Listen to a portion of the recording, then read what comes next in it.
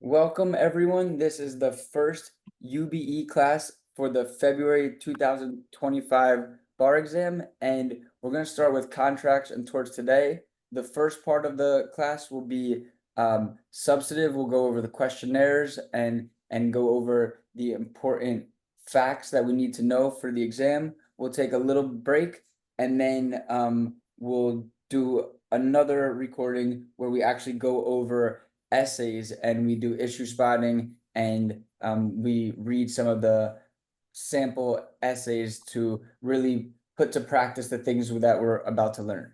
So I've given the students access to the classroom, and inside the classroom there are tons of materials and there'll be assignments and things like that.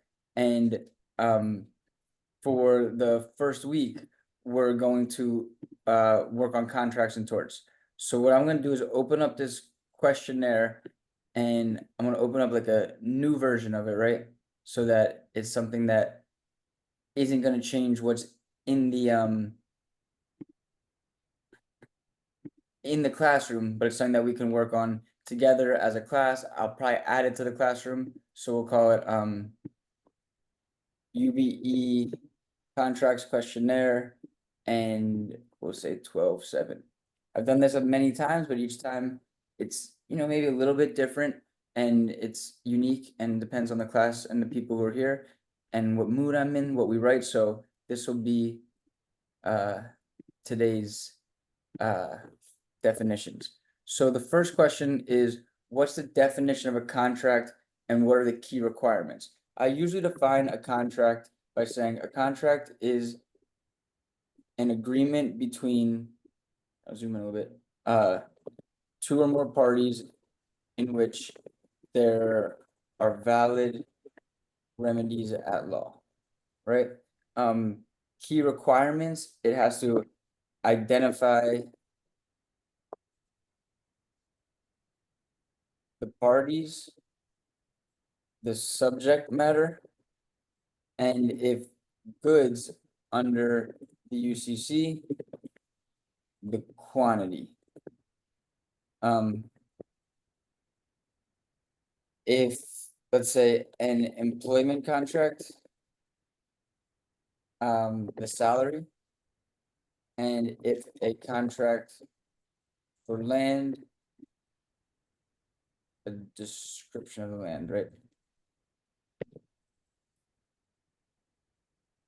So a contract is agreement between two or more parties in which are valid remedies of law. A contract must identify the parties, the subject matter, if goods under the UCC, the quantity, if an employment contract, the salary, and if a contract for land, a description of the property. Those are some good components. Any thoughts, questions for that? Or like they always say in this black letter law, mutual assent, offer, acceptance, consideration, minus defenses. Yeah, exactly. We'll get into that contract formation. Yeah. So I like that. Contract formation requires offer, acceptance, and consideration. Okay. What contracts fall under the UCC versus the common law? UCC sales of goods mhm. and everything else falls under common law. Yeah, so maybe like services, Land, um, patent. employment, etc.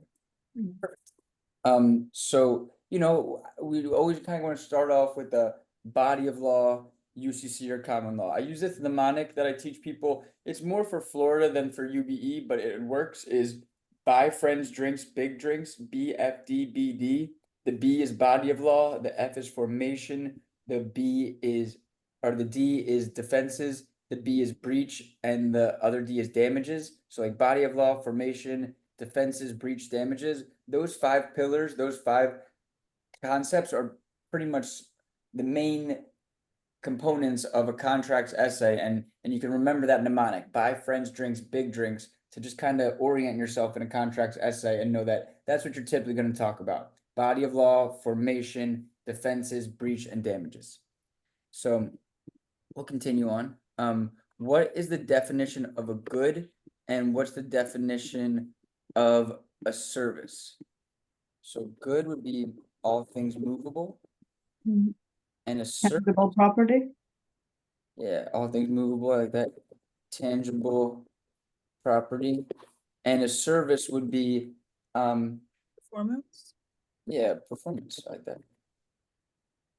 performance, and service. Yeah, service, performance, service. I like that. That's All um for that. awesome. So the predominant purpose test is a concept where if the contract is for goods and services, the courts will look to see which predominates the contract and apply the corresponding law to the entire contract. Hmm. Right, we're gonna, if it's mostly services, it just includes like a little good, then we're gonna apply common law, right? So what's an offer? I like to ask students this one because I feel like everyone has a good definition, but what could someone tell me is a definition of an offer? Manifestation of intent to enter into an agreement. That's pretty much the same verbiage I use. Manifestation of intent. Um.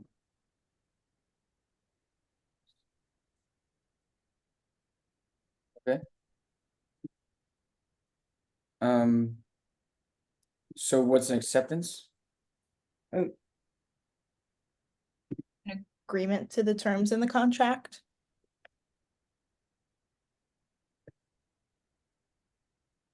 And I guess like an agreement to also be bound by the terms and conditions of the contract.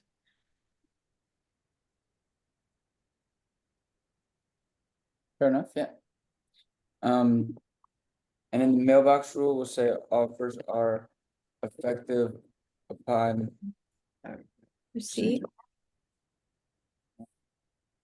acceptances Upon dispatch. dispatch.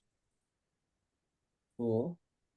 And then when I think of mailbox rule, I also like to remember that like scenario where if somebody changes their mind, so like they might send a rejection and then they're like, oh wait, never mind. But it's whatever gets there first, right? Mm-hmm. Whatever arrives first.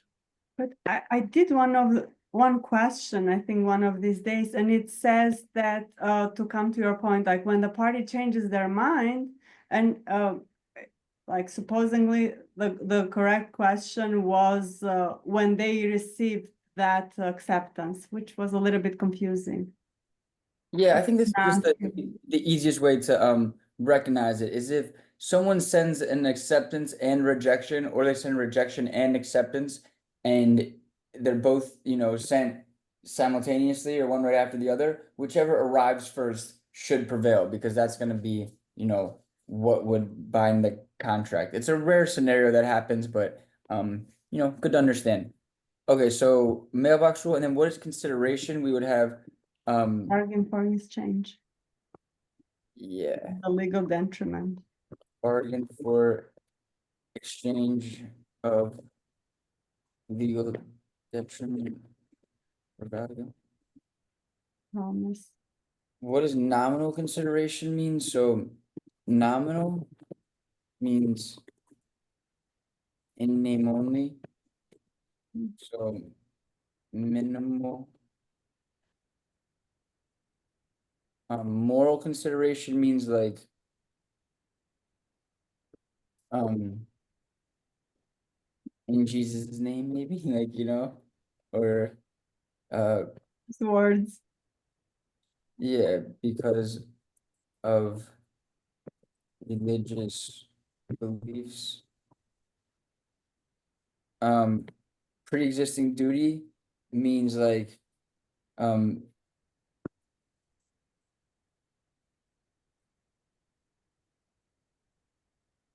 means like there is no consideration because the person already was obligated. Obligated or contracted to act it. So, one common exception to the pre-existing duty rule is, the, repayment of a debt or partial repayment of a debt.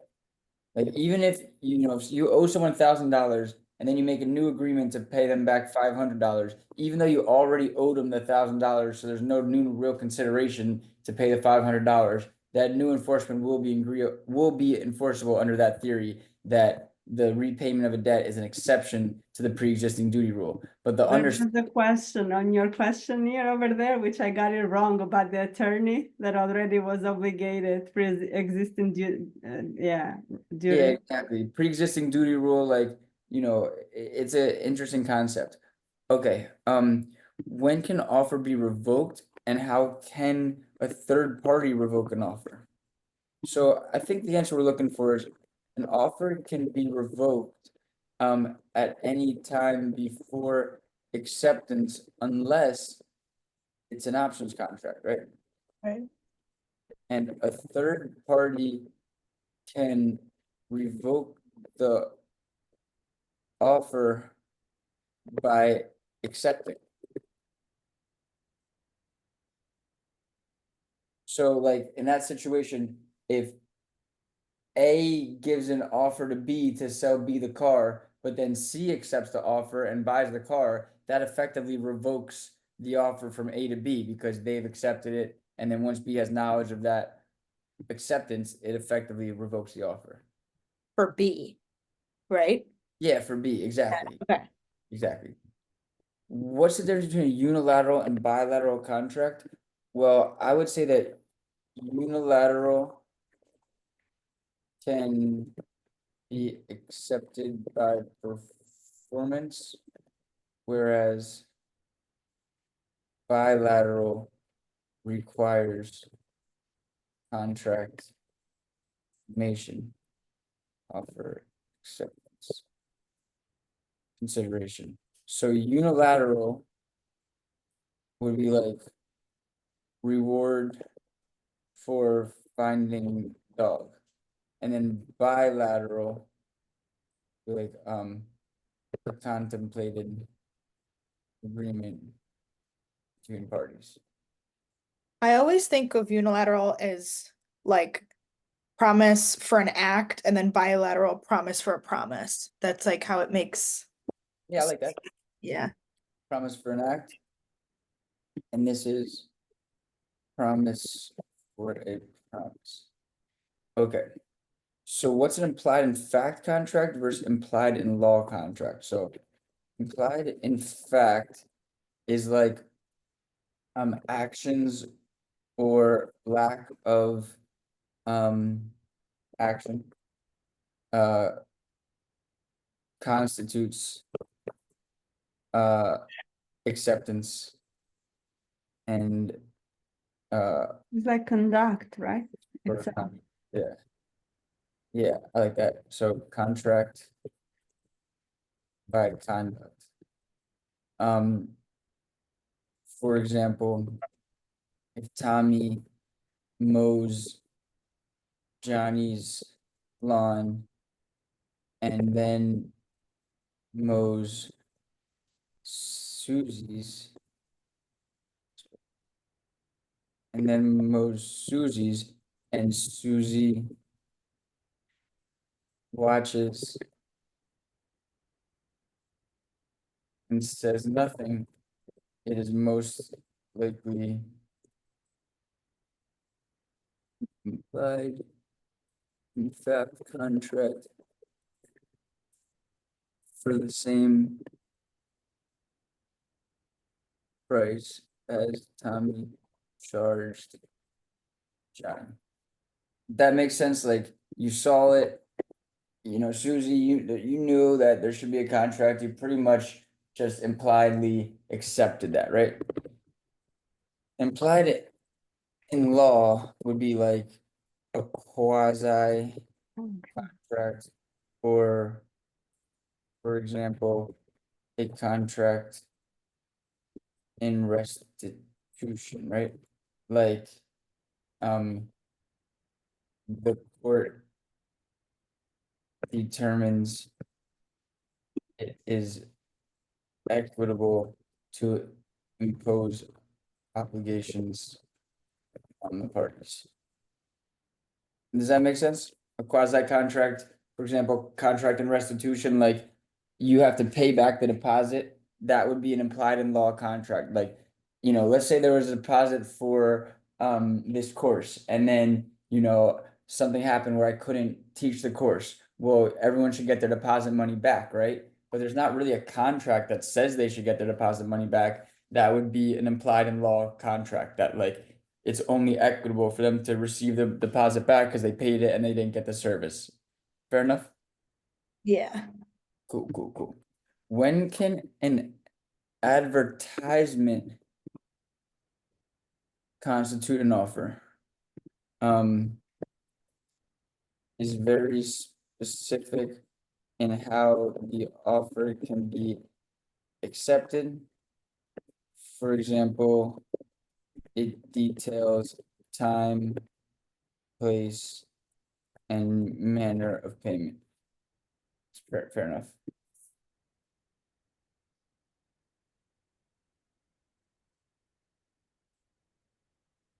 I'm getting like OCD about how I want this to be.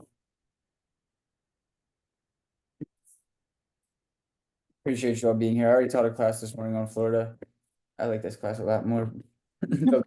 Don't say it. It's more chill. I have more students in my Florida class, and they're like, Florida's just harder. The UBE is much more straightforward.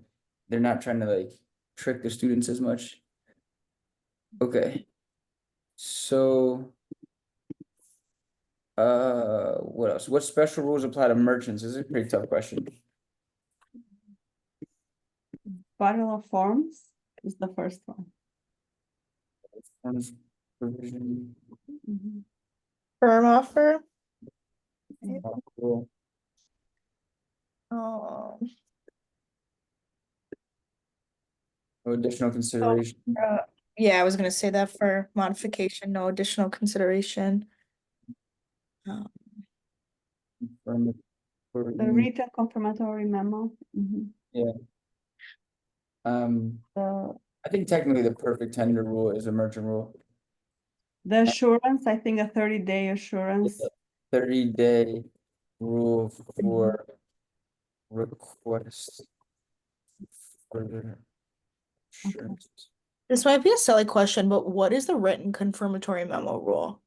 So it means that like it's an exception to the statute of frauds, where most contracts need to be in writing, but if there's an oral agreement between two merchants and then a week later, whatever, anytime later, one of the merchants sends a confirmatory memo like, hey, Johnny, this email is to confirm the conversation we had for, 30 peaches at $5 a peach. That constitutes writing that will satisfy the statute of frauds. It just even if the other party doesn't say anything, just the confirmatory memo in of itself will satisfy the statute of frauds. It's an exception to the statute of frauds. Okay, so but it can be in a form of like an email or something, right? Like it doesn't like the question's not gonna say like, merchant blah blah blah sent a written confirmatory memo to Yeah, the I mean, like it can say that, but it can also be like an email or like a letter or something. 100%. Okay. It can say that, but it could also be an email or letter, like 100%. Sometimes they're very obvious. It'll be like, Tommy sends the following, and it'll be like merchants confirmatory memo and like underline. Yeah. But then other times it'll be like Tommy sends a, he scribbles on a napkin. That would still constitute a confirmatory memo, scribbling on a napkin. It's just like, Yeah. Okay. Perfect. Thank you. yeah, for sure. All right, the mirror image rule and the battle of the forms provision. So the mirror image rule is Common law. The offer has to mirror the acceptance. So like has to be the same, exactly the same. Right, at common law, the terms of the acceptance must mirror the terms of the offer exactly. Mhm. Perfect. And common, UCC, has the bottle of forms that they can add additional terms into the contract, Right, but exceptions. It should not change or alter the material of in the contract. And they have to be merchants. right. An additional term and acceptance will be included in the contract so long as it does not constitute a material alteration to the contract. Okay. Additional terms that are conflicting will be knocked out and UCC gap fillers will apply. So pretty much the difference between mirror image and valid forms provision is that mirror image, acceptance with the additional term is a counteroffer. Under the UCC, the valid forms provision, an acceptance with additional term is an acceptance. And whether or not the additional term will be included or knocked out is dependent on, whether it's conflicting or additional. And if it's material, then it could be a counteroffer depending on the term. But like if it's an immaterial term and it's including the acceptance, there's going to be an acceptance. It's not going to be a counteroffer. So the perfect tender rule is a UCC rule for goods, and it means that for a non-conforming shipment is a breach of contract. So shipment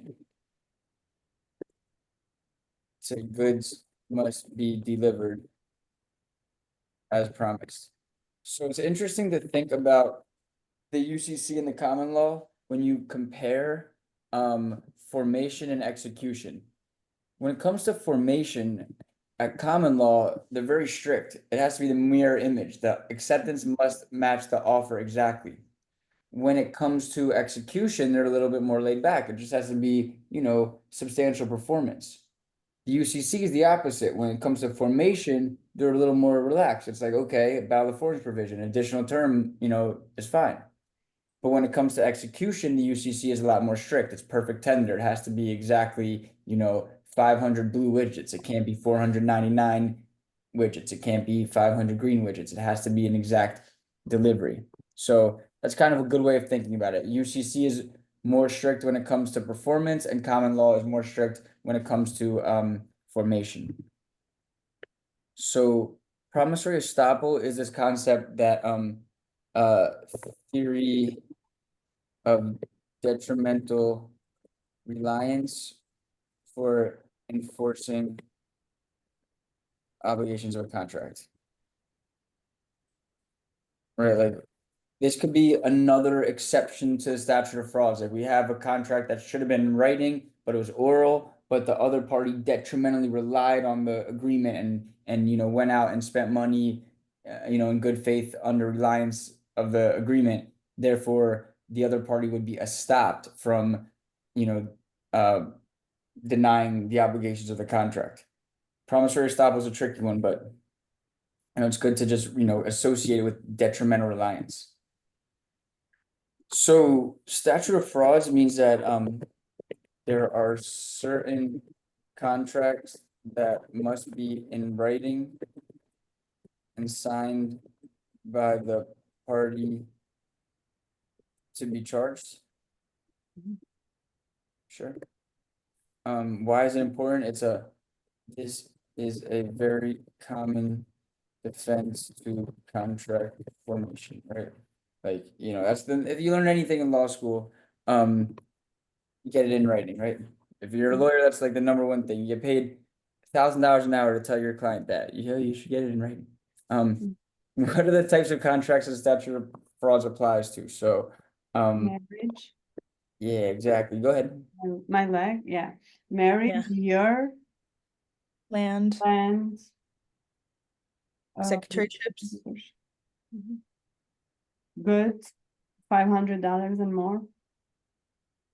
and then sureties. Sure.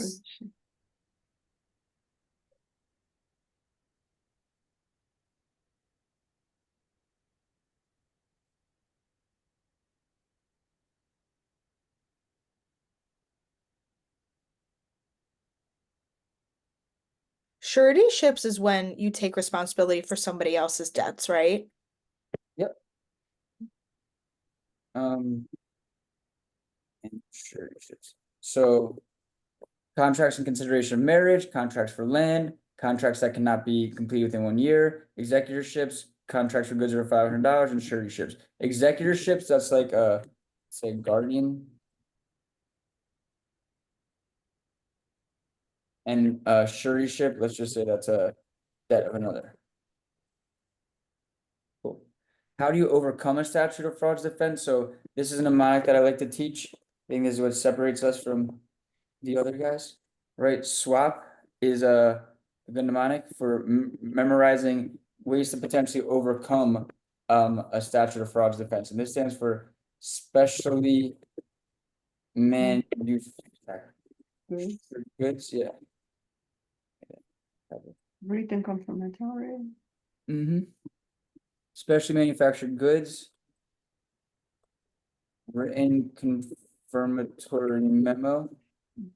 Admission in court. Promissory estoppel, as we talked about earlier, detrimental reliance theory, and then partial performance.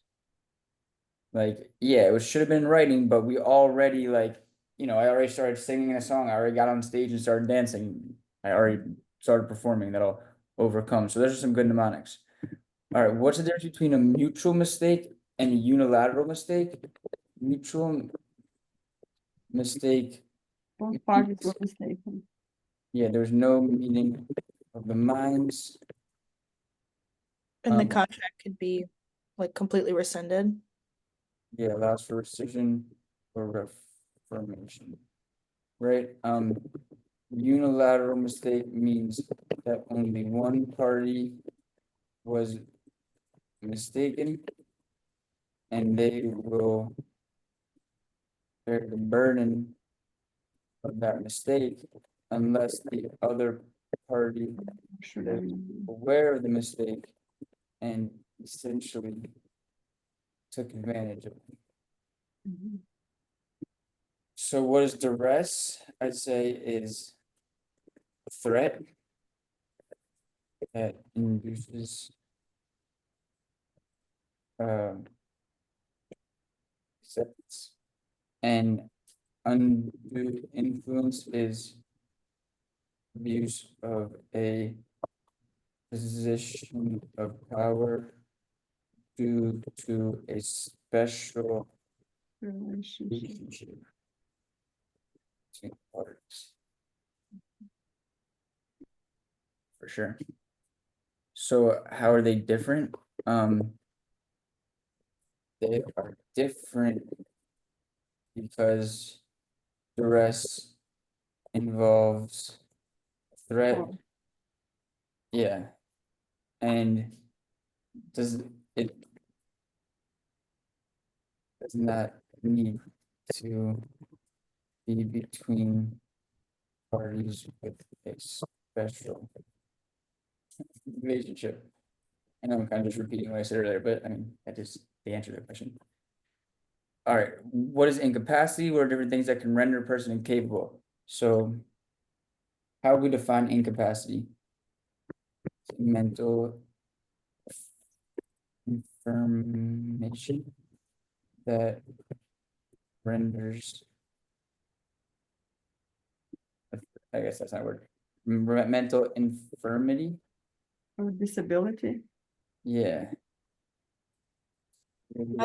I think of it as a person that lacks capacity to enter into a contract. Yeah, incapable of. Yeah. Right. Intoxication, Yeah, so I like intoxication. You know, alcohol, Later. drugs, and then infancy, um, infancy, youth, below the age, 18. maturity, which is 18. Um, mental, handicap, no, we're not supposed to use that word. Disability.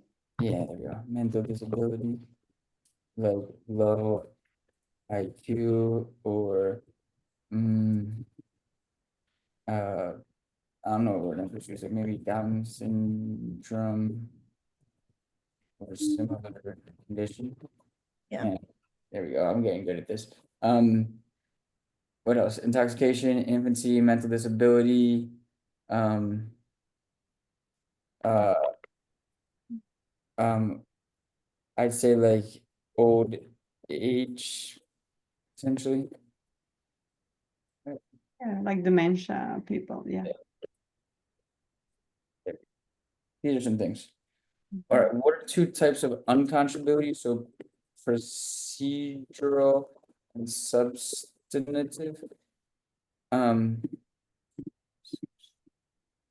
And procedural is like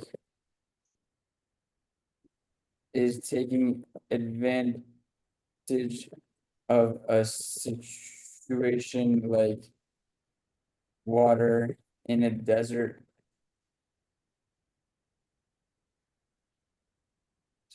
Desert, no, that's desert. And charging too much. And substantive is just unreasonable prices. Like it's charged way too much that no one would ever pay that. So unconscionability, think of it as just like unreasonable, it's unfathomable. Someone would never pay that. For What? substantive, I know you referring to like prices, but would it also be like when like terms are very like one-sided or Yeah, exactly. It doesn't just have to okay. be prices. Right. It'd be like, in exchange for you like giving me a high five, I have to like, build you an exact replication of, the pyramids of Any yeah, yeah. exactly. Right. Okay. What's the difference between a void and avoidable contract? So void means that the contract Yeah. cannot be Is not legal. Like Void can't be and- performed, yeah. right? Like being illegal is one example of what we void. And then voidable means that One of the parties have the right Right. to Right. rescind. to exactly. Yeah, it's definitely meaningful. Like voidable would be like a minor, right? Like if, for example, a contract with a minor is voidable at the minor's behalf. So intentional and negligent misrepresentations are purposeful or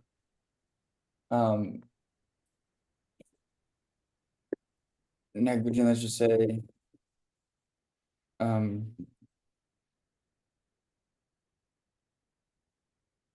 purposeful or deviation from the standard of care in representations made to the other party. So could be concealment, fraudulent inducement, fraud in effect,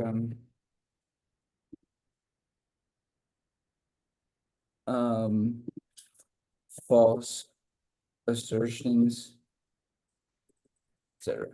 Right, that's gonna be intentional or negligent misrepresentations. It's basically just lying to the other party or saying untruthful things to get the party to contract. Like if I said, work with IBIS Prep, I tutored all the Kardashians, right? That would be a negligent misrepresentation. I'm trying to tutor Kim, but can't get her to answer my phone call. Is being against public policy the same thing as being illegal? What's the difference? No, illegal means that it is banned by law or statute, contract for For violation of law? drugs, yeah. And then against public policy would be, for example, a bribe of a public official. Right, like it's not illegal to make a contract to pay someone to do something, but if it's the mayor, we're not gonna allow that because it would be against public policy to pay the mayor to do things. Okay. Okay. What's the difference between material and immaterial breach? So material breach is a deviation, let's say major That deviation, changes the terms of the contract. yeah, from the obligations of the contract and can be remedied by rescission, reformation, or major damages. And then Okay. immaterial breach is a minor, Breach. minor breach that only allows for smaller damages, but not avoidance of the contract. What's a divisible contract and when does it apply? So a contract that can be broken into separate contracts. For example, a contract to Can paint you give me an example? a contract to paint multiple barns or to build multiple rooms in the same house, right? Can I ask a question about this? Yeah. So I've stumbled upon a couple questions, some of them being yours, other of them being from my adaptive bar. So for example, if there was a divisible contract and it was to like paint different rooms and the person only painted one of the rooms and then wanted to be paid for painting the one room, but told the homeowner like I'm not painting the other two, but I want my money for the room I did paint. That's okay. Well, yeah, they Right. would, yeah, I mean, they would be entitled to receive payment for the first room minus any expenses that the non-breaching party incurs for having to get the other two rooms painted, right? So Like, like so if, like if the homeowner paid for like, you know, give you 12 an cans example. of paint, you have to subtract that from the performance. I mean, like it depends. It's like, okay, so 3 rooms, right? You and Mhm. the contract is worth, let's just make it simple, $600, right? Three Mhm. rooms, $600. You paint the first room and you're like, all right, I want my $200.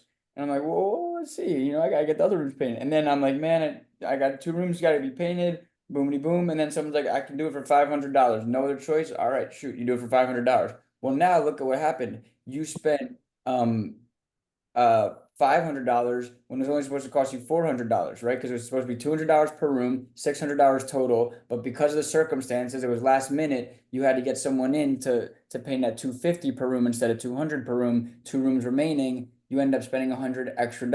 So that $100 extra you spent would be subtracted from what I owe you for the first room. So you want your $200. I'm like, sorry, I'm only paying you $100. Why? Because I expected to pay $600 for this project And if I pay you 200 and then I had to pay 500 to finish the job, I would have ended up paying $700 instead of $600. That extra $100 should not be incurred by me. It should come out of your earnings. So you would have a let's say I pay the other guy 500. Now I have all 3 rooms done. Well, how come I have to still pay you the 100? Because now I've been unjustly enriched. Now I've only paid 500 to have 3 rooms painted when it was supposed to cost me 600. So in an act of restitution, you would recover the 100 from me so that you get your 100 for painting the rooms, even though it was $200 worth of work. You're responsible for $100 worth of damages I incurred for having to finish the project. Does that make sense? Yes, yes, it does. Thank you. No, you're good. What are all the types of relief available at contract law? So we have legal, which is gonna be compensatory or punitive. But punitive is rare at contract. Is very rare. And then the types of compensatory relief would be expectation, And consequential, liquidated. incidental, liquidated, nominal, lost wages, lost profits, restitution, 3 R's rescission. reliance damages. Yeah, I think that those are different forms of legal relief, and then equitable relief would be like, Injunction. yeah, specific performance, injunctive relief, reformation, rescission, quasi contract, promissory estoppel. Right, different forms of equitable relief. What is a quasi contract? So a fictitious contract Contract. or imposed contract to remedy injustice. Can you give an example of a quasi contract? Sometimes I Yeah. have trouble seeing one. For example, quasi contract in restitution to disgorge ill-gotten gains. So remember that example we talked about earlier where we were like, y'all pay for my course. I, just didn't feel like teaching and I canceled the program. You guys all paid a deposit, right? $100 to reserve your seat. Well, shouldn't you guys get that $100 back? Sure. But under what contractual obligations? There's no contract that when you signed the contract, it didn't say deposit to be returned if Andrew doesn't show up. It just said the deposit was required. Well, now I didn't show up, but you guys are like, hey, we need to get a deposit back. Like, that's not fair. He didn't even show up and he gets to keep our deposits. So what is the contract that enforces the obligation of me to return the $100? It's actually a quasi contract, a fictitious contract, a court ordered contract in restitution, meaning like the purpose behind it is for restitution. So like that's how a lot of these concepts can kind of overlap. That like one example of a quasi contract would be a restitution claim. So it's a legal form of relief because it's monetary, but it's also an equitable form of relief because the court is imposing the conditions. So that's like one example of a quasi contract. It's just like a court ordered contract. Maybe promissory estoppel would be another example. Like, we had an oral agreement to do something. It never was reduced to writing. Now I went out and spent money on reliance on the contract. Well, now the court is going to order that we actually follow through with the agreement. But what agreement? There was never anything reduced to writing. Well, the agreement would technically be a quasi contract, a court ordered contract that imposes conditions. So that's what that means. It's just like a theory of like how there are obligations, even though there's not actually a real contract that imposes those obligations. It's just like a fictitious contract, a court ordered contract, a theoretical contract that imposes obligations as a result of circumstance. Okay, got it. So it'll always kind of appear as like a remedy. Yeah, yeah, I mean, yeah, right. There would be no reason to have a quasi contract unless it was to remedy or to like force a party to it. Like it's almost like it's either a remedy or a preventative measure. Like in order to make it so that one party's not going to be, unjustly, not going to incur injustice. They're going Yeah. to have to honor the obligation of the contract. Yeah. Okay, got it. Thank you. You're fine. What's an options contract? So an options contract is when an offer Remains remains open. open, right? And there And must be consideration, right? At common law, at least. exactly, must be consideration at common law, I like that. A requirements contract is an agreement to supply all that is needed, right? And an output contract is an agreement to buy all that is produced. Simple. Right, and like, just kind of want to coast through these things. I'm really enjoying this right now. It's just simple, smooth. We're just going over these definitions. You should have these all memorized. This is literally part one of your homework. So like, you can just print this out, but just memorize it. That's what it really comes down to. Like, I purposely do this every administration out of memory to keep myself sharp and just to kind of demonstrate to the class that like, it's not that hard, this is like, just like talking about anything in life. Once you know it, and it's just terminology, vocabulary, but we really want to know it well. So what's an installment contract is a contract where performance Periodically. periodically in batches or segments. There will typically be an opportunity to cure if there is a non-conforming. There's a non-conformity. Right? What's the firm offer rule? So an options contract between merchants under the UCC must be in writing. Will remain open even without consideration for a stated period of time or up to 90 days before comes revocable.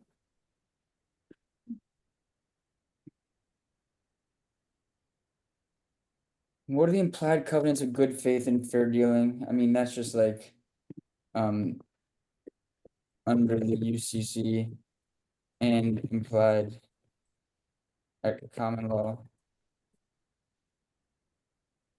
All parties must act in good faith and not be deceptive or fraudulent.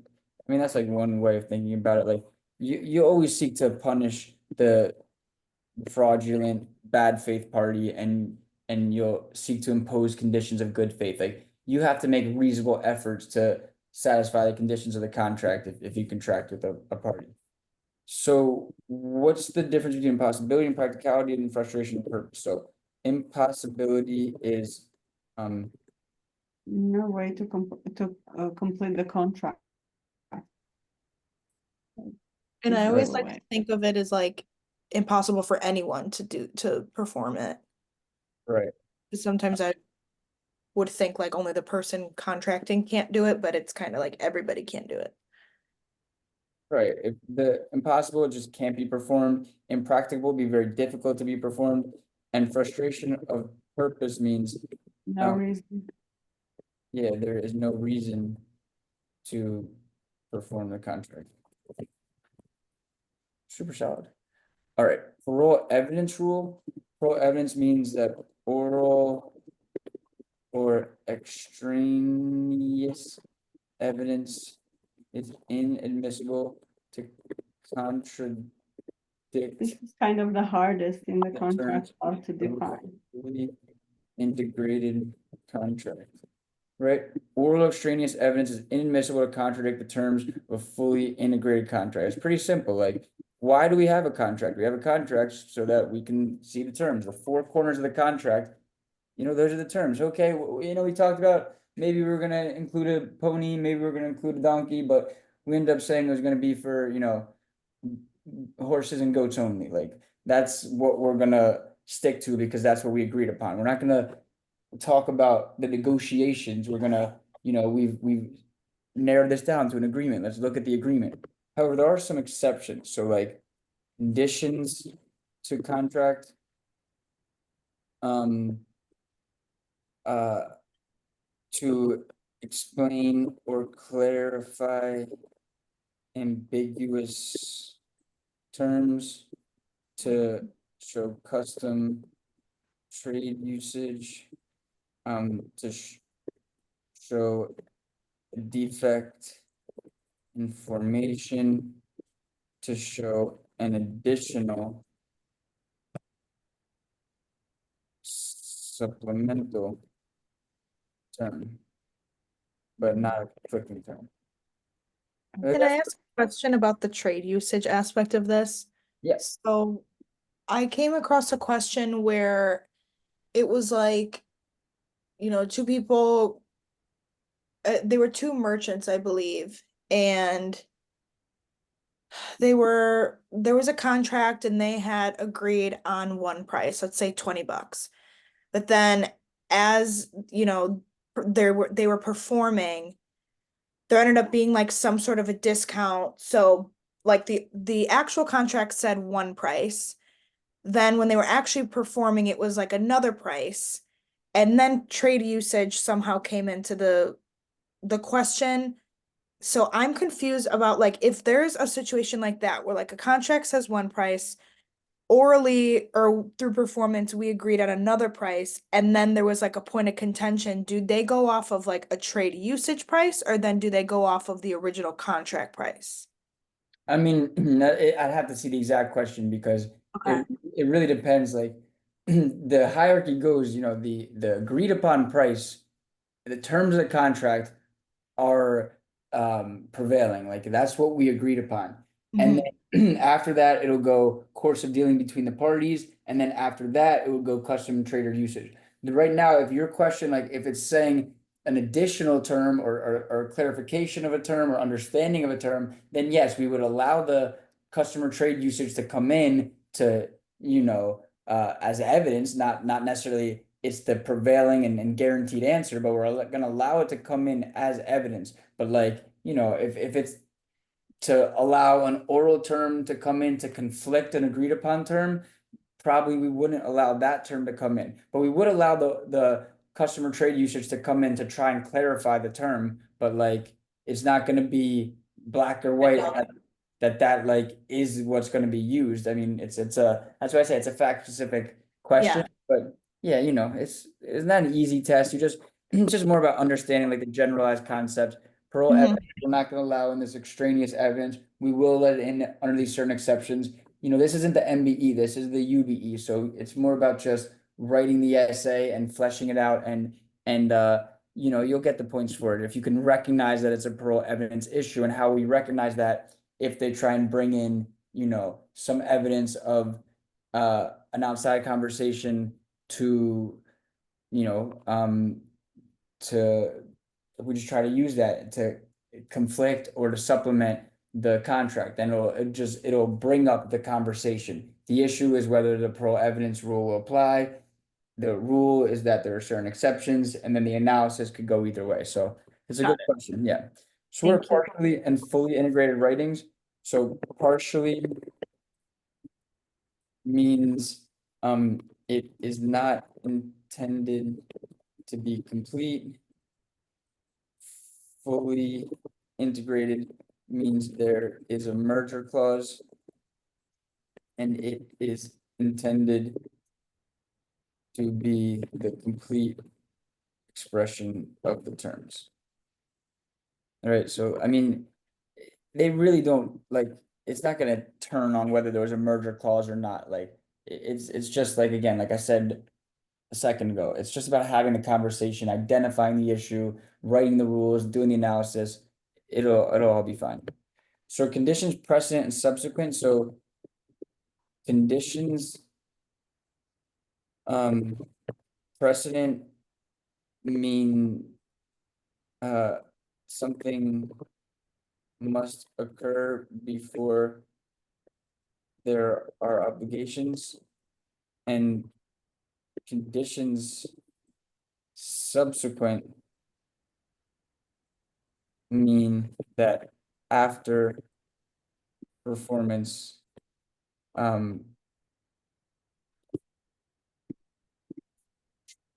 sorry, so what is it saying wrong? Conditions subsequent mean that after performance, there may be new duties or obligations imposed. So condition precedent would be like, if the Dolphins make it to the Super Bowl, then, Susie agrees to like do the cheerleading, right? Condition subsequent means that like, if after you do the cheerleading, if you are awarded like cheerleader of the game, then you have to go to the Super Bowl the next week. Like it would be something that happens after, as opposed to something that happens before you're required to act. So conditions to contract are just like, yeah, there's evidence of conditions that could come in as an exception to parole evidence, and if the condition's not met, then there's no obligations under the contract. Anticipatory repudiation is an unequivocal demonstration of an intent not to honor the obligations of the contract. Are you allowed to demand adequate assurances where they don't provide them? So yes, if there is reasonable grounds for insecurity, if they don't provide assurances, you can sue for breach or wait until the breach actually occurs to sue. While awaiting an answer, you can take proactive steps to mitigate the potential breach. It really comes down to, is there reason to be insecure? Like, why do you think they're not going to perform? If it's just like you're nervous, like that's not okay. But if it's like there's actual reasons you don't think they're going to perform, then you can demand assurances, and between merchants, 30 days to respond. It has to be written, right? Yeah, a written request. Assurances. So the difference between assignment and delegation, assignment of rights, delegation of duties, meaning the right to get paid, for instance, or the duty to perform. So, getting assigned a contract is way better than being delegated. Being delegated means you have to do something. Being assigned means you just get to collect under the contract. What's an accord and satisfaction? So, an accord is an agreement to release a party from an existing debt with the payment of a new amount. And satisfaction is the actual payment of that amount. So accord and satisfaction is basically like an agreement to be like, all right, you owe me money, just pay me this new amount and you won't owe me anything anymore. And the satisfaction means that you've paid that amount. So difference between legal relief and equitable relief. So equitable relief is court imposed. Yeah, and legal relief Monetary damages. Yeah, perfect. What are the different types of damages? Expectation, reliance, consequential. So we kind of talked about this. Expectation is to put the non-breaching party in the position they would be in if the contract was performed. Oh, you know what? We could have mentioned that earlier.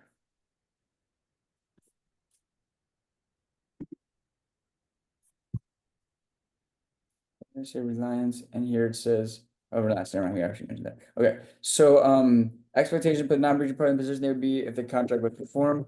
Consequential damages must be what? Foreseeable. When the contract is entered into. Incidental damages are to compensate for mitigation and efforts to recover from the breach. Reliance damages are under theory of promissory estoppel, I guess. To recover for justifiable damages. The modern prevailing view on lost profits is they are recoverable if calculable and reasonably certain. Right, so you can recover a lot of money. Money is what we want, you know? That's why money was created, just to make people happy. So if people are breached, just give them money and everything should be good. But if that won't work, then we're gonna have to do equitable relief. So like, you know, one thing to understand is that specific performance is appropriate for unique, Antiques, yeah, goods, antiques, art, land, yeah, or land, exactly. Or for payments that are too speculative to calculate, like lifetime payment plan. How do you know how long the person's gonna live? We can't, there's no amount we could pay them that would be fair, so we're just gonna have to specific performance, you're gonna have to pay them every month as agreed upon. Nominal damages are just like in name only, like $1. If you sue someone and you go to court and you get nominal damages, it's not the best thing. It's probably not what you wanted. You really want those legal damages. Punitive damages are to punish, and they are rare in contract law.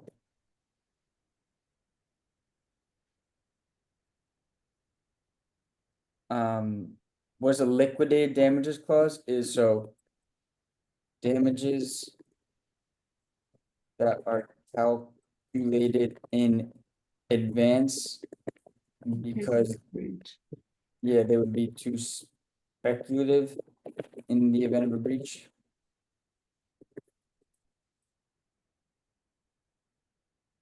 What's an example of that? I got you. They must be reasonable and they cannot operate as a penalty. So a good example of a liquidated damage clause, and this is what my uncle practices, it's a, you know, my family business, is construction law. So in a construction contract, you know, you have so many parties. We're gonna construct this building. We have electrical, we have plumbing, we have roofing. So let's just say, you know, you can't put in the electrical until the roof's done. Well, the roofer has a contract with the general contractor that says for every week you're delayed, it's gonna cost $1,000. Why? Because in the middle of building the contract, it would be so hard to be like, well, shit, the roof is late. How much does this cost? Well, we gotta do all this math and, you know, it's just too much. It'd be too speculative. So we're gonna put it in advance and just say like, this is a delay clause. It's a liquidated damages clause that if you are late in building the roof. For every week you're late, it's gonna cost $1,000. That's just like a classic example of like liquidated damages. This is what it's gonna cost in advance, because we don't want to try and measure it in the thick of things if there's a breach. Is that a good Got it. example? Yeah. Yes, thank you. Yeah, construction contracts for liquidated damages clause. As I just know that because when I started clerking for my uncle in law school, that was like one of the first things that I was working on was like liquidated damages clauses for whatever reason. So restitution we talked about is to disgorge ill-gotten gains. It's like my favorite saying. It's not rapper, ill-gotten gains. To disgorge ill-gotten gains to prevent unjust enrichment, right? It's like a lot of times it's to return a deposit.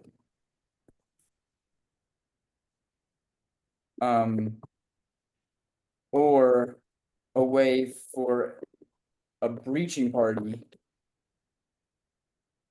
to collect for the work it did, right? So like that's a great example of the divisible contract. You painted one room, now you breached and they have to get the other ones, but you should still get paid for the one room you painted minus any damages they incurred. So you're gonna seek restitution to get paid. What's the difference between injunction, specific performance? So injunction is a court order to refrain from doing something. Specific performance requires the contract to be executed. So they're kind of like the opposites of each other, right? Injunction means like you can't do something. Specific performance means the court is ordering you to do something. What are the different types of warranties? So express is like a warning label, right?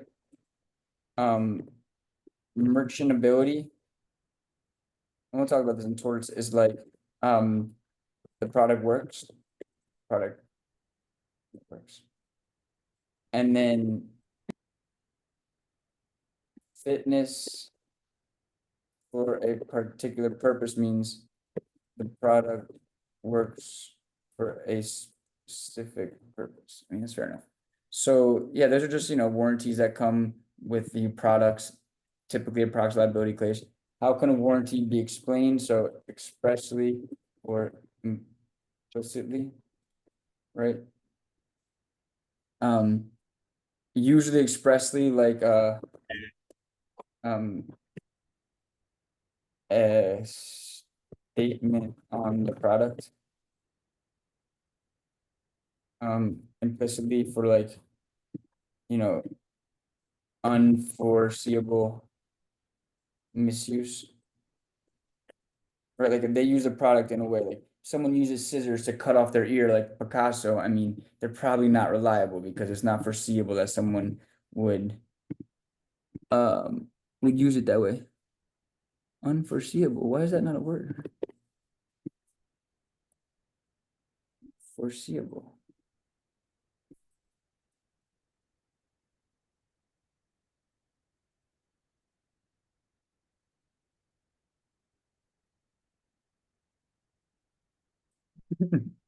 It always does that to me too, even on Word. Unforeseeable, I guess is not a word in this language. He's looking it up. No, I just want to know, like, unforeseeable.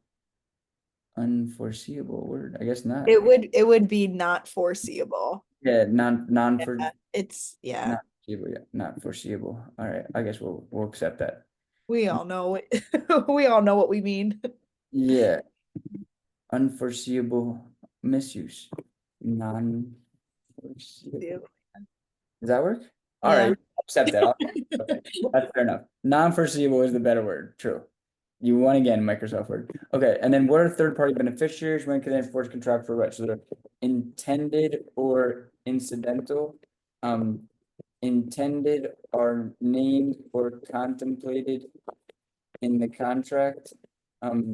They can step into the shoes of a party, and their rights vest when they rely or sue under the contract. So intended could be like, Tommy and Johnny agree to pay Susie monthly as is an intended beneficiary. Incidental are people who just like, merely benefit from a contract, but they weren't contemplated and they don't have any rights to enforce the contract. So this is, the UBE contracts questionnaire that we just filled out. What Andrew, I'm, where can I find these like updates? I'm in like the drive, but you mean the one we just filled out? yeah. I'm Did you? literally, I'm literally gonna add it right now. Oh, So I'm okay. gonna put completed contracts question. As I told you, like with this UBE one, I've done this course before, but it was before we used Google Classroom, so everything was on the UBE drive. This is the first time I'm kind of creating the classroom for the UBE, so just bear with me. We're gonna do it in real speed, but I'm just adding the material now. So this is the completed contracts questionnaire 12/7, right? 24. I mean, I've done these questionnaires a lot of times, but I think it's always good to like, update, do it again, new language, you can review it. So here's one of the first things in the course is completed contracts questionnaire. So Perfect. contracts questionnaire, it's in here blank, right? And then it's in here completed. And it's right there under week one. And now that I've actually realized this, week one is contracts and torts. So we also have the torts questionnaire. So you can see it's just like in the week one thing, and after class today, by tomorrow, the next day, there'll be assignments folder too. So you'll have your first assignment, but we're just doing this slowly. Contracts questionnaire, we have the blank one. I recommend printing out the blank one and just reciting it from memory every day, having your daughter, your son, your boyfriend, girlfriend quiz you on it, and then you can refer back to this complete questionnaire. And feel free to like, expand on the complete questionnaire. Like we just did it in class, I just did it from memory, but maybe like you oh, I don't think I added it, right? Duh. Maybe you maybe you have some things from your own, materials that you could add to it and make it more robust. Like, that's all for the better. So what you can just see what I just added, if you go to the classwork, you go to the questionnaire, we have the contract questionnaire blank, we have the completed questionnaire, and we're just moving along swimmingly. Speaking of swimming, let's dive into this torch pool. I know it's a lot to do two subjects a week, but that's just the nature of the course. We have no choice. So let's do it. Fortunately, torts is my favorite subject. I think it's a relatively easy subject. Remember, the goal for the month of December is to master torts, contracts, and feel pretty good about the MPT. Yeah, 1 second. Hello? Hey, I'm teaching my UBE course. You want to join? All right, let me call you when it's finished. All right, bye. I always do that. I like picking up the phone, just let people know. Okay, so UBE torch questionnaire 12/7, torch questionnaire. Oh, I didn't mean to do that actually. Let me do something. So I want to make a copy of this. And then I'll leave that one alone. So this is UBE torch questionnaire 12/7. This is the one that I'm going to share with y'all, put in the chat or put in the classroom, and we'll get to work. This one, 57 questions. Nothing to it but to do it. All right. What are the elements of assault and battery? So I'd say assault is intentionally placing another in fear of imminent offensive touching. So Yeah, in criminal law, it could also be attempted battery, but we don't really need to think of that here. And then battery is an offensive touching. Intentional offensive touching. Remember, assault and battery are intentional torts. So assault is throwing the punch, battery is landing the punch, right? Can you assault someone and not batter someone? Sure, you throw the punch and miss. Can you batter someone and not assault them? Sure, if you hit them from behind, right? Think about that. They didn't see it coming. Assault is like feeling the threat. Battery is actually being hit. So transfer intent doctrine means like intent can be transferred tort to tort, like intended assault, but landed battery, right? It's still the requisite intent is satisfied. Or so intent could be tort to tort, or let's say person to person, you intended to batter A, but missed and landed on B. So like that's what transferred intent means, that if you had the intention to commit a tort and you ended up committing a different tort, or you ended up committing the tort upon a different person, we're still going to say that the elements of the tort have been met. Fair enough? All right, what are the elements of false imprisonment? Intentionally, or I'd say recklessly,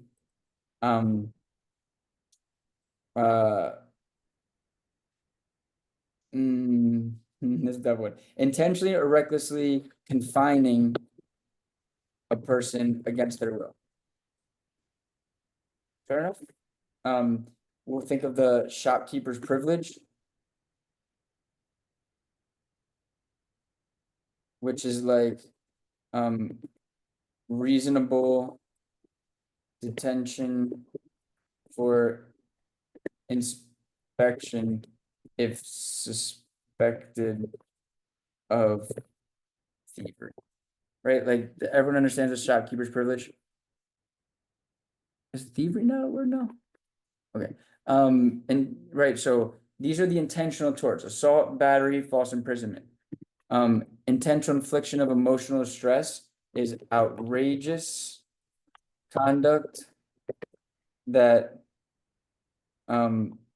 leads to emotional distress. I mean, the key thing is outrageous conduct, like, you know, painting racial epithets on someone's door, or like, you know, every night at 3 a.m. you play some really sick and creepy music and like, you know, paint blood on their house. I don't know, just like really weird, intentional, outrageous conduct that leads to emotional stress. The difference between IIED and NIED is going to be the level of intent. Was it negligent behavior or was it intentional behavior? And if it's intentional behavior, you know, the person intended to harm them, then it'll constitute IIED. Can a tortfeasor be liable for IIED to persons other than the intended target? Yes, right. They can be liable to a bystander if there is a close relationship between the parties and they witnessed the event, right? So that's like, you know, you're not just potentially liable to the person you intended to freak out, but also someone else who could have been there. What are the elements of trespass to land? So intentional intrusion on another's property.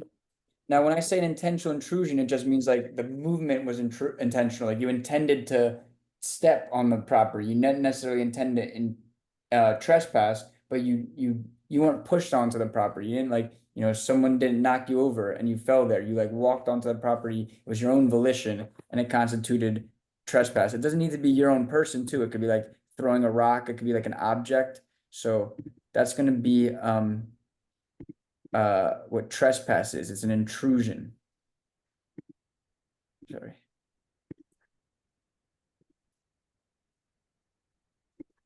Technical difficulties. All right, yeah, an intrusion on someone else's property.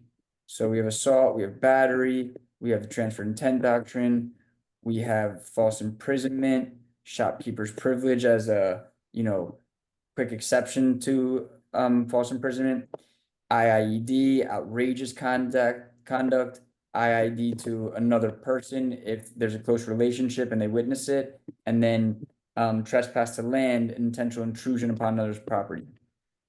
Is a person liable for trespass to land if he was unaware that he was on someone else's land?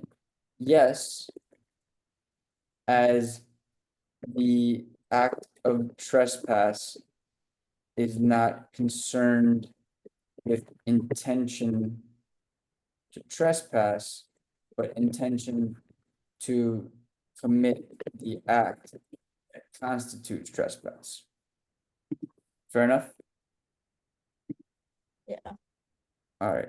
Is a person still liable for trespass if he didn't actually cause any damage? Yes, they are liable for trespass. As it's a dignity tort. Like battery. So trespass and battery are dignity torts. What that means is like, you don't need to even have damages. You're liable for the tort. Now, are you gonna have to pay any money? Who knows? I mean, that's maybe not. You could be liable for something and not have to pay damages. That's a different question. It's not saying, how much do you owe in damages? It's because maybe it's punitive damages, whatever it may be, but it's just saying, are you liable for the tort? Yes, battery and trespass, even if you didn't intend to do it, as long as you did it, you will be liable. It's dignity torts. So trespass to shadow and conversion. So trespass to shadows is a temporary interference with property, like a joyride in someone's car. And then conversion is destruction of the property or conduct that leads to significant diminution in value. The remedy for conversion is the market price of the property upon conversion. Right, like not what they bought it for, but what it was worth in the condition it was in before they converted it. So like think of like borrowing someone's, chainsaw and then breaking the chainsaw. You converted it when you broke it.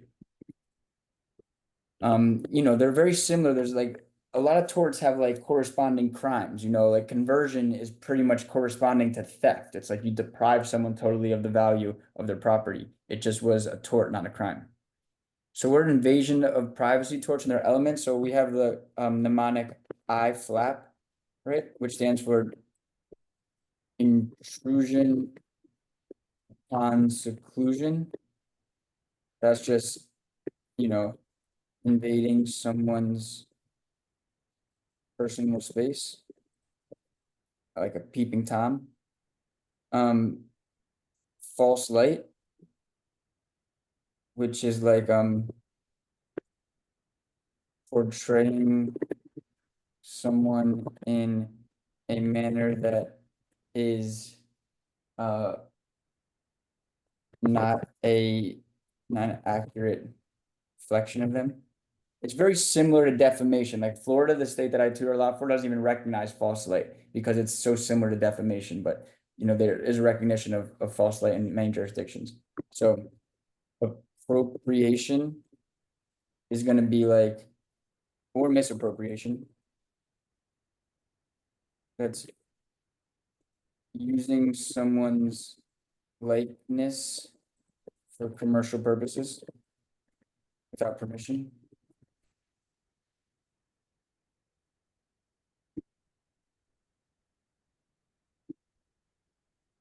And then P is going to be public disclosure of private information as, revealing someone's private information.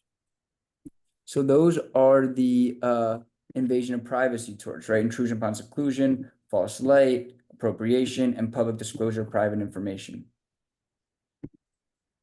What are the elements of defamation? So dissemination of material that is harmful.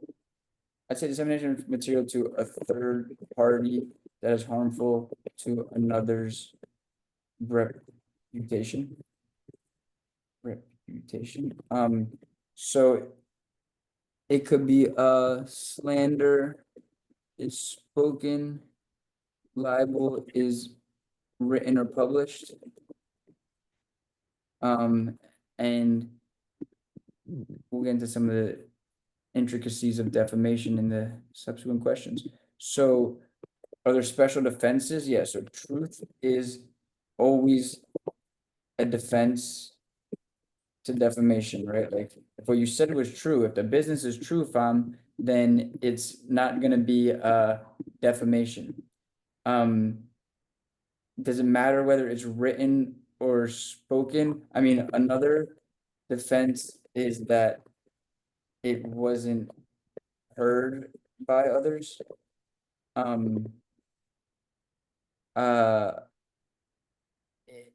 There is a difference between if they're a public or private figure. So for a private figure, the standard is negligence. For a public person or a matter of public concern, the standard is malice. So whether they actually knew it was untrue. So that's very important, right? If it's a private person, then they just need to show that they were negligent. I mean, they need to show they were negligent. If it's a public figure, they need to show actual malice, like they knew that it was untrue when they said it. Defamation per se. So there's a mnemonic we use for defamation per se. The mnemonic is club. I know I've taught you a lot of mnemonics today. I really like mnemonics because I just feel like they help you remember. And this is, at the end of the day, it's a memorization test. Like, I know people hate to recognize that, but if you can just remember everything super cold, then you should have no problem on the essay. So club stands for crimes of moral turpitude. L stands for loathsome diseases. U stands for unchastity. And B stands for talking about someone's business. So defamation per se means damages are presumed. Like if you call me promiscuous and you say, oh, Andrew, he's been sleeping around with the whole neighborhood, and reality, I've just been studying, that would be defamation per se. Like you injured my reputation by calling me promiscuous because it's just assumed to damage my reputation. I don't even need to prove it. Any questions so far about anything? I'm good. No, Cool. I'm good too. Torts is like chill, you just need to know the torts, be able to talk about their elements, and then be able to apply the facts. Like if you just recognize what tort it is, it should be pretty solid. So what are the elements of tortious interference with a contract or business relationship? So that's going to be purposeful, disruption of an existing business relationship, right? Like if you say, if actually, I had an issue with the University of Miami many years ago, which is my alma mater, where they were like, they have contracts with other companies, and they were calling my students, and they were like, hey, what are you doing for the bar? And they're like, oh, I'm working with IBIS Prep, and they were like, oh, XYZ.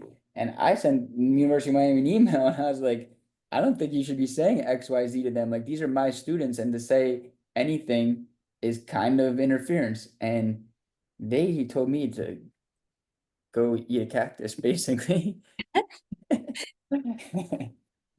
All right, what are the special defenses to the torts of interference? So, special defenses to the torts of interference. Does anyone know this answer? I might have stumped myself here. Special defenses to the torts of interference. Oh, I think, there must be damages, right? Yeah, no damages, consent, statute of limitations. I just pulled up the answer key that I have. Nice, yeah. There must be damages, consent, statute of limitations, right? If you allow them to do it, if the statute of limitations, those will always pretty much apply. But this is a key one. There must be damages, right? If there's no damages, like, you know, that's probably what Miami could have said. Oh yeah, we told people not to work with you, but they didn't get any refunds or anything. So, what's your beef? Trust me, my beef is deep. But and what bothers me the most about University of Miami is like they're my alma mater. They kind of try to like interfere with my business. They don't support me the way they should. They gave Alex Earl a freaking scholarship named after her when she's like not the pillar of academics. All that's fine with me. What bothers me is they lost to Syracuse and couldn't even make it into the ACC championship in football. Like all that, at least be good at football. That's all I ask. All right, so what are the elements of intentional fraudulent misrepresentation? So, an untrue or, I would say an untrue or Intentionally deceiving. deceiving. Yeah, that's the word I'm looking for. Untrue or deceiving statement that induces, another to enter into a contract. Right, I like that.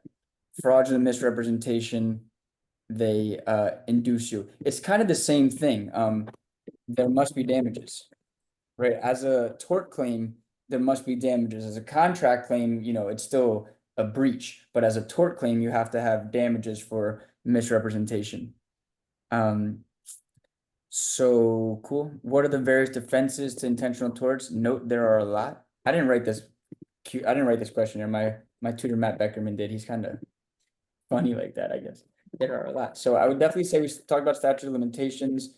Can you consent to an intentional tort? Yeah, of course, consent. Like, if I say punch me and you punch me, I can't sue you for battery. For trespass to land, we talk about like privilege, like, necessity for trespass to land, for instance, like you can dock your boat on someone's dock if there's a stormy sea, or you can park your car on someone's driveway if there's like a winter storm or something, but only for the time necessary.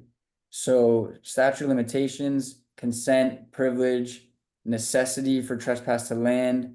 I'd say assumption of risk, maybe. Like, I don't know if you ever really assume an intentional.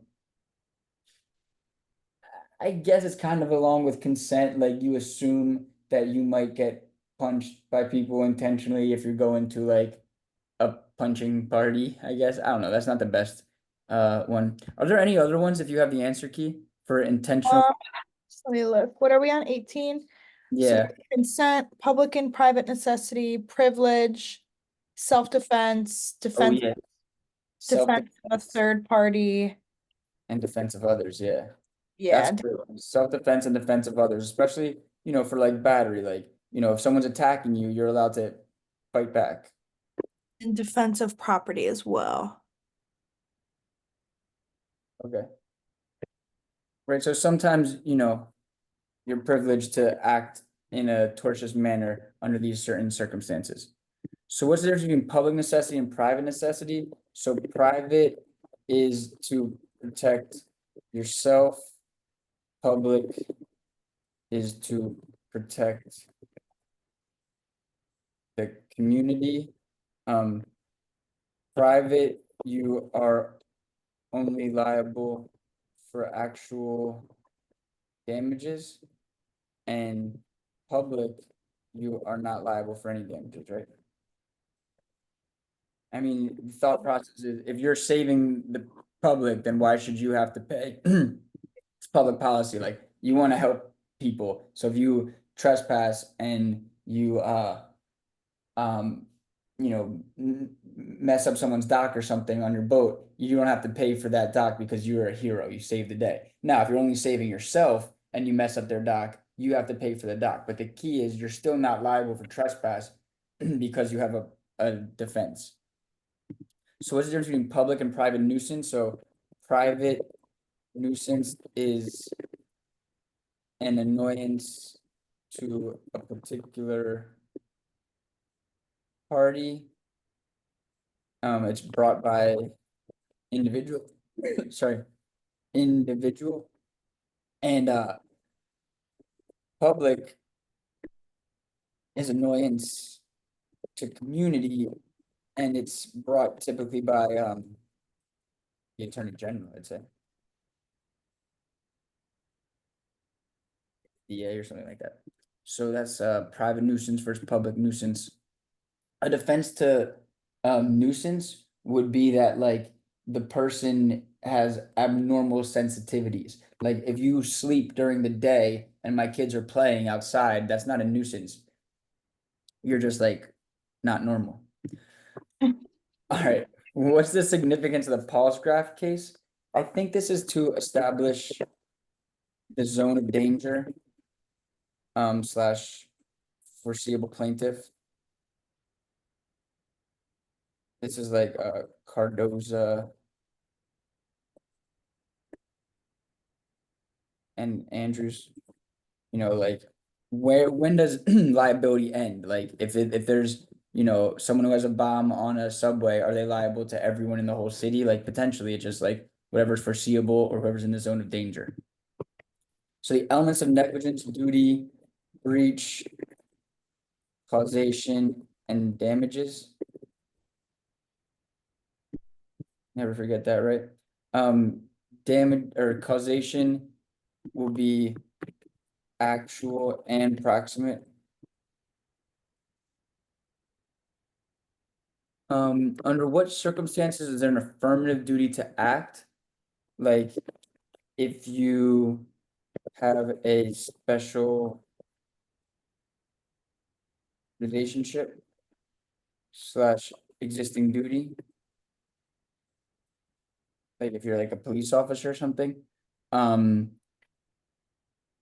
If you start rendering aid, you have a duty to continue.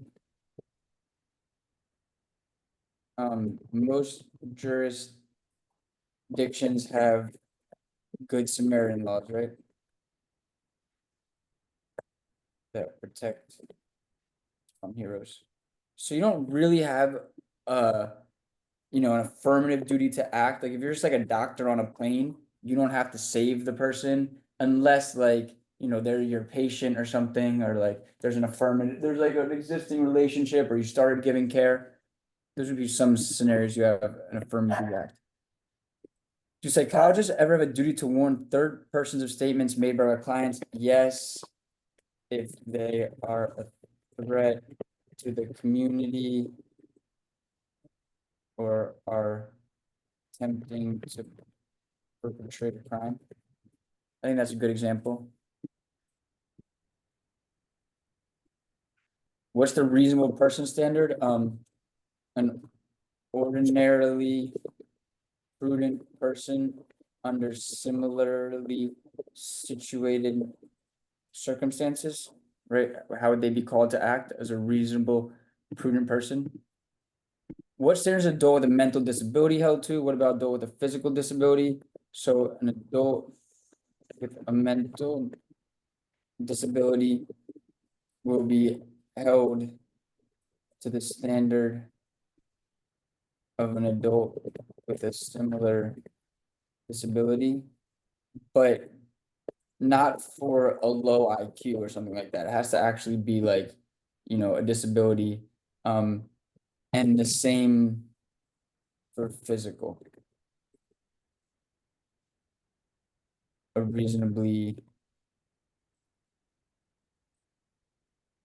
prudent blind person, for example, right? You get compared to like who you are in society, not to like any old person, but just like if you're a blind person, you get compared to a reasonable blind person under the circumstances. You can't just say like a reasonably dumb person because I'm smart and you're dumb, but like if you have an actual mental disability, then it would be someone with that similar disability.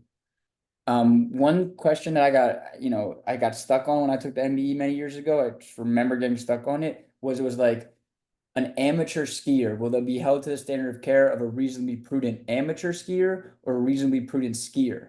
And the answer is an amateur skier will be held to the standard of care of a reasonably prudent skier.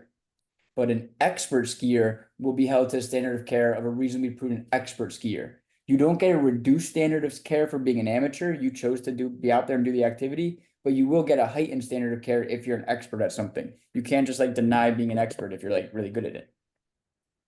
So children are held to the standard of care as a child of similar age and intellect. Will be held to standard of care as adults if doing an adult-like activity like driving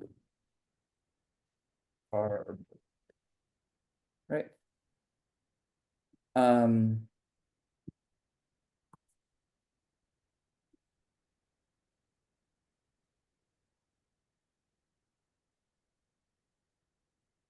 Okay. What is the standard? Is there specialist or professional held to, for example, a medical doctor? So I think it's going to be a national standard.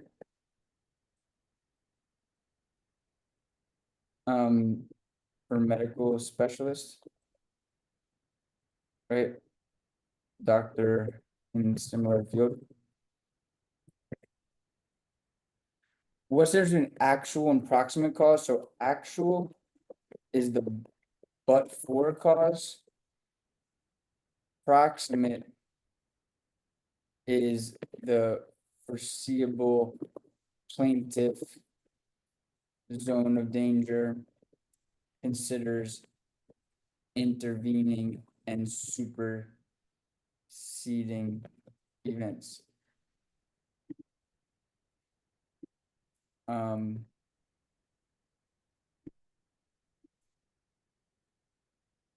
So what constitutes an intervening cause? So intervening will not relieve liability from original tortfeasor. Supervening will. Intervening just will give rise to contribution. Like intervening means like something else contributed to it and now will apportion or split liability. Supervening means something totally cuts off liability and that person's no longer liable. Negligence per se is statutory negligence, like a speeding statute. So like a duty of care is established by a statute and a breach of that duty constitutes negligence. Are there exceptions to negligence per se rule? Sure, it has to be the designed injury and protected class. So a person who sideswipes a vehicle that is parked next to a fire hydrant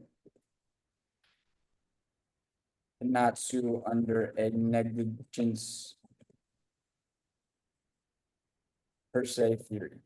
And the reason for that is because a fire hydrant law is there to protect people from burning in fires, not to get sideswiped. So they wouldn't be able to sue under that theory because it just isn't what's contemplated. They're not the designed injury protected class. Res ipsa loquitur is the thing speaks for itself, right? Injury would not have occurred in the absence of negligence. So we can think of like a pot falling off of a balcony, or a scalpel left in the body of a person. And the reason we would have these things is the injury causing instrument was in the exclusive control of the party. Right, like how else would the scalpel have ended up in the person's body when only the doctors were performing the surgery and they didn't have a scalpel left in their body before, but now they do after? So what duty is owed to known trespassers, unknown trespassers, guests, and invitees? So invitees, and we'll call these guests licensees. So known trespassers, you have a duty to warn of any dangerous conditions. Unknown trespassers, you really have no real duty except not to intentionally harm. Guest licensees, a duty to make safe and warn of any dangerous conditions. And invitees, you have even a heightened duty.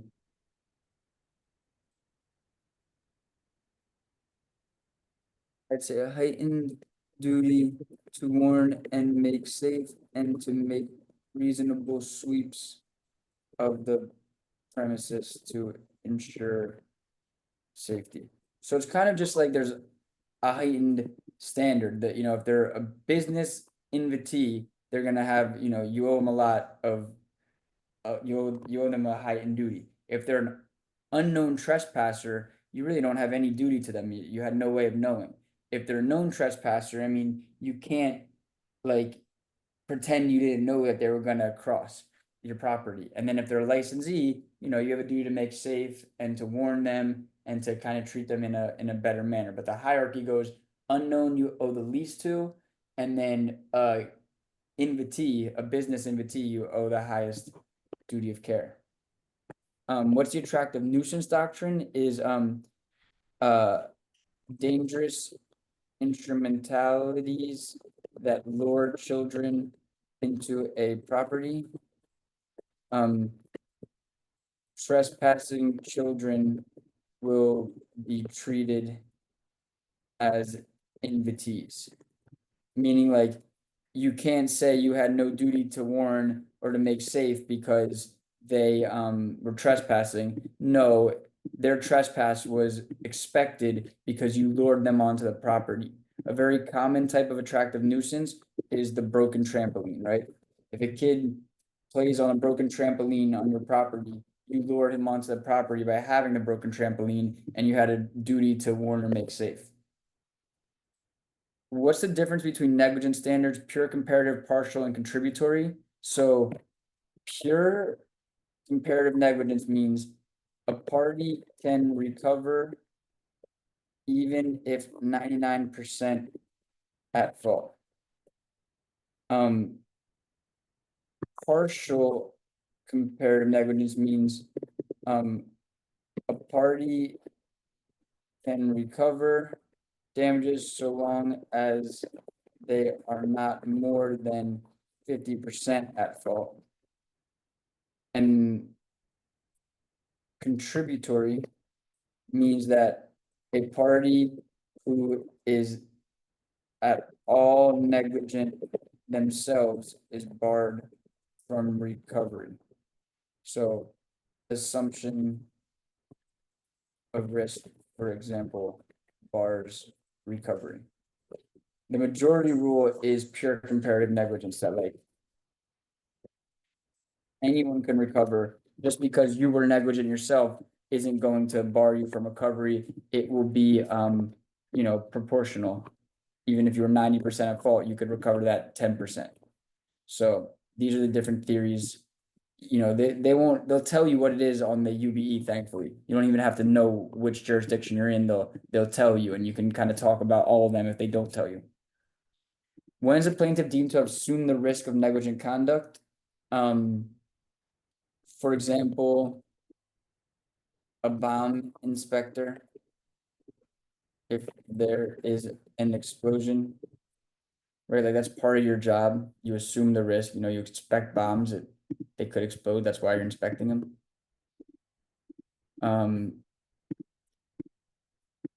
What are the elements of NIED, negligent misrepresentation?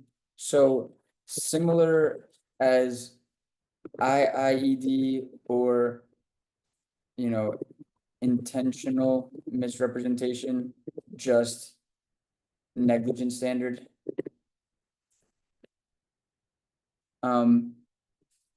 NIED, we're going to think of the zone of danger, whether that person was in the zone of danger when the negligent act occurred that caused emotional distress.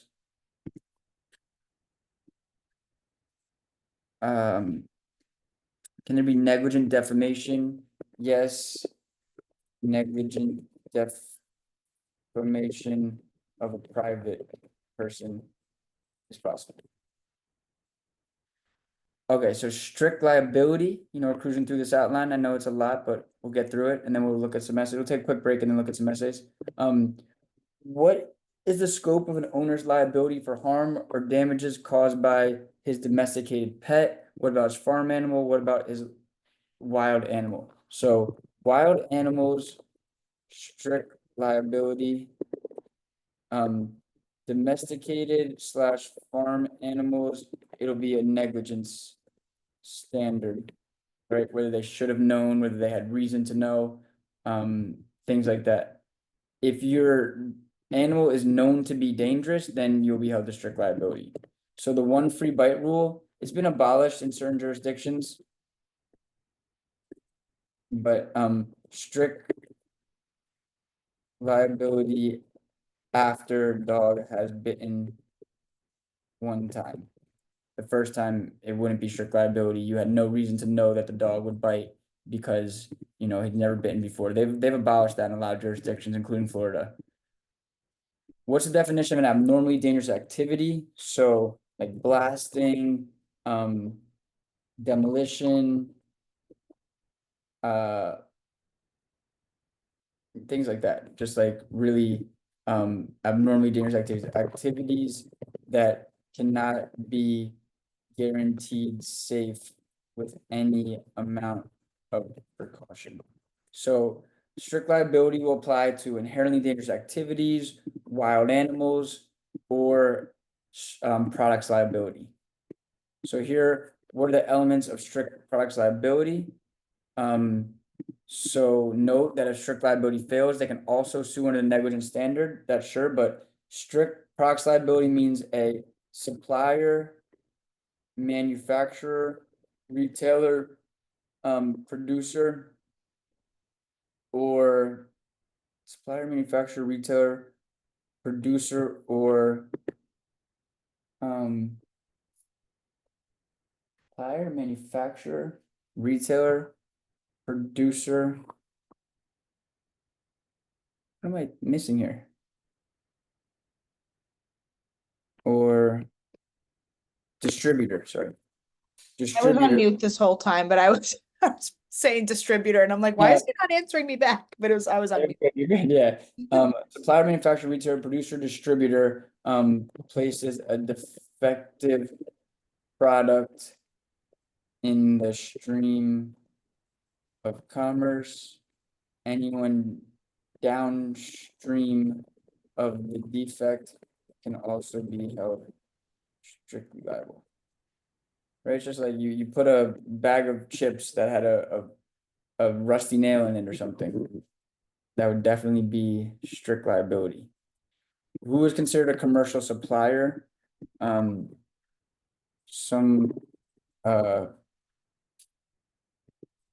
business that supplies commercially. I don't know. That's kind of like a ridiculous question. You would be able to see a commercial supplier, someone who's in the industry of providing materials and things like that. What are the elements of a manufacturing defect, design defect? So manufacturing means product was produced differently than designed, like came off the line wrong. And then a design defect, the design was unreasonably unsafe. It fails the risk utility balancing test. The risk of designing it one way outweighs the utility. We would consider alternative designs, right? If they could have designed it a different way and it wouldn't have cost that much more, it's probably a design defect. If it would have cost like, you know, millions of dollars more and it only saved like one person out of a million, then it probably isn't a design defect. You got to look at the facts. So, you know, they differ because, you know, manufacturing means it was designed properly, it was just made wrong. Design defect means it couldn't have been made right. What's the balancing test that must be done? We said the risk utility test. What are the elements of a commercial supplier's failure to warn? So failure to warn could be express warranty or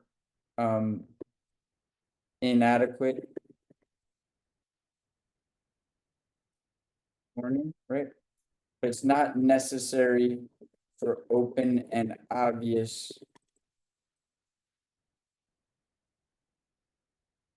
risks such as falling off of a ladder. Right? And then I don't think we really talked about it here. We talked about it in contracts, but there's implied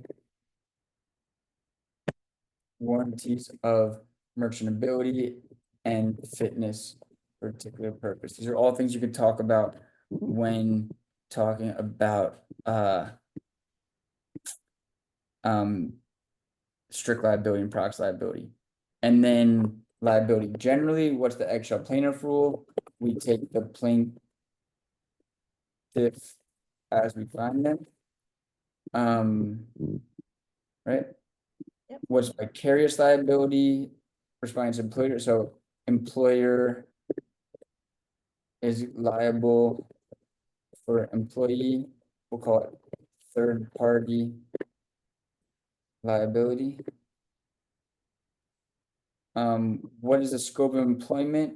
So frolics and detours. So detour is quick deviation, coffee stop. And a frolic is a significant deviation, you know, going to girlfriend's party 30 miles away, 20 miles away. Right, so, you know, the company will be liable for torts that occur during a detour, but they won't be liable for torts that occur during a frolic because a frolic is outside the scope of employment. That's what that question is getting at. What type of conducts are always outside the scope of employment? It's like intentional torts, unless it's part of the job, like a bouncer at a club. I'd say crimes, things like that, like things that are just, you know, it's outside the scope of employment. They pulled out a gun and shot people in the face when they were supposed to be putting the fries in the bag, right? That would be outside the scope of employment. What's the difference between an employee and an independent contractor? So employee is works for the employer, and IC works for themselves. Look for logo or indicia, like if you know someone shows up with an IBIS Prep t-shirt to be your tutor, even if they're an independent contractor via contract, they're probably seen as an employee for liability purposes. What is the principal's liability for acts as an independent contractor? So, you know, can be held liable for certain acts such as non-delegable duties.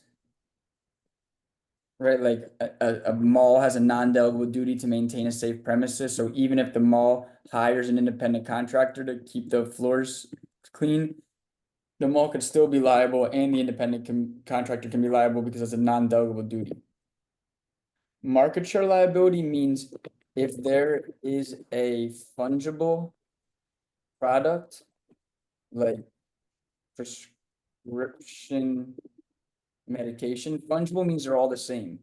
And it's produced by multiple sources, they can be held liable for injury in proportion to who produced what. So like, you know, if 3 pharmaceutical companies produced a medication and someone got injured and we don't know who produced the pill, you know, you can be held 80% liable because you produced 80% of the pills, and then the other 2 companies are 10% liable because they produced 10% each. That would be like an example of market share liability. Why do I keep doing that? Is there joint and several liability? So joint and several liability means that one person can be held liable jointly and severally for the entire amount of liability. Can you have joint and several liability on their own? I mean, potentially it's like if you're joint and several liable, the party then seeks contribution or indemnity. It depends on the jurisdiction. If there's joint and several liability, that means that one party can be held responsible for the total amount of damages. If not, then they would have to be separate. So indemnification is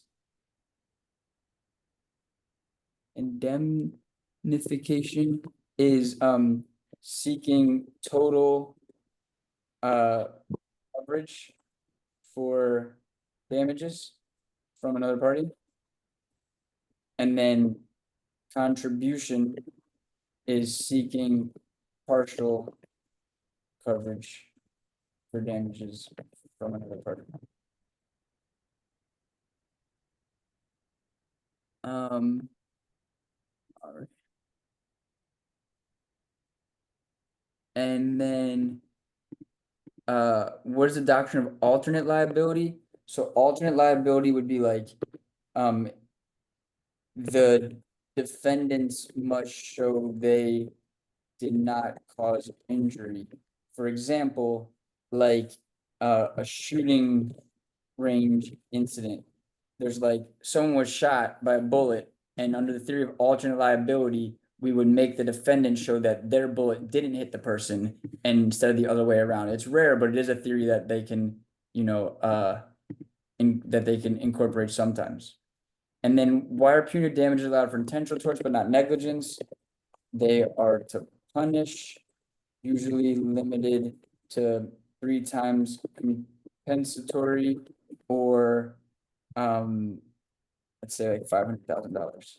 That again, that's by jurisdiction, but that's a way of looking at punitive damages. They're to punish, not compensate. All right, amazing. So this is the